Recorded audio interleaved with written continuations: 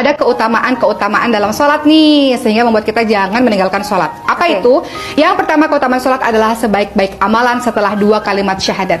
Ya, kalau kita lihat dari Abdullah bin Mas'ud radhiyallahu anhu, ia berkata, aku pernah bertanya kepada Rasulullah sallallahu alaihi wasallam, apakah amalan yang paling afdal, apakah amalan yang paling baik? Kemudian Rasulullah sallallahu alaihi wasallam mengatakan salat pada waktunya. Kemudian Rasulullah menjawab lagi, berbakti kepada orang tua, dan kemudian adalah jihad fisabilillah, jihad di jalan Allah Subhanahu wa taala, dalam hadis riwayat Bukhari Muslim. Lihat, salat tepat pada waktunya itu diletakkan di awal. Terus keutamaan salat yang kedua adalah salat 5 waktu itu mencuci dosa. Kan kita ini antara subuh ketemu zuhur, pasti ada tuh buat dosa.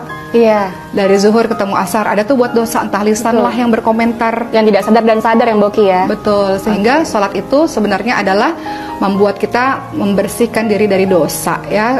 Seperti yang kita tahu bahwa misalnya sholat, kenapa disebut membersihkan diri dari dosa? Karena kita lihat bahwa diibaratkan bahwa di depan rumah kita ada sungai ya, di dekat pintu rumah kita ada sungai, lalu kita mandi sehari 5 kali di situ.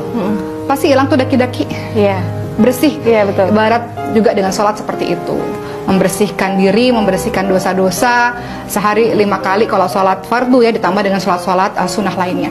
Berikutnya, keutamaan sholat yang ketiga adalah tadi ya, membersihkan diri dan juga membersihkan dosa. Yang ketiga, bagaimana Rasulullah SAW bersabda, di antara sholat 5 waktu, di antara Jumat yang satu dengan Jumat lainnya, antara Ramadan yang satu dengan Ramadan lainnya, itu akan menghapuskan dosa selama tidak mengerjakan dosa-dosa yang besar.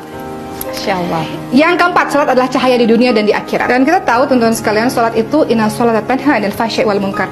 Salat mencegah perbuatan keji dan mungkar. Selama salatnya dilakukan dengan khusyuk, dengan sungguh-sungguh, itu membuat kita takut. Dosa itu teman-teman sekalian, dosa itu adalah segala sesuatu yang membuat kita bergetar dan kita nggak ingin orang lain tahu itu dosa. Yang bergumul di dada, hati kita masih bergetar, itu tanda hati kita masih hidup. Tapi kalau orang buat dosa, makanya kalau dia sholatnya betul, Masya Allah, ketika dia buat dosa, dia pasti hatinya hidup tuh, kasih warning, hatinya tuh bergetar. Tapi kalau dosa itu dilakukan terus-menerus, ya nggak, jadi kayak kebal gitu ya. Biasa, hatinya menjadi keras seperti batu. Dan sholat itu adalah cahaya yang memberikan petunjuk kepada kita. Ketika kita setiap kali berbuat dosa, dia akan menjadi alarmnya kita.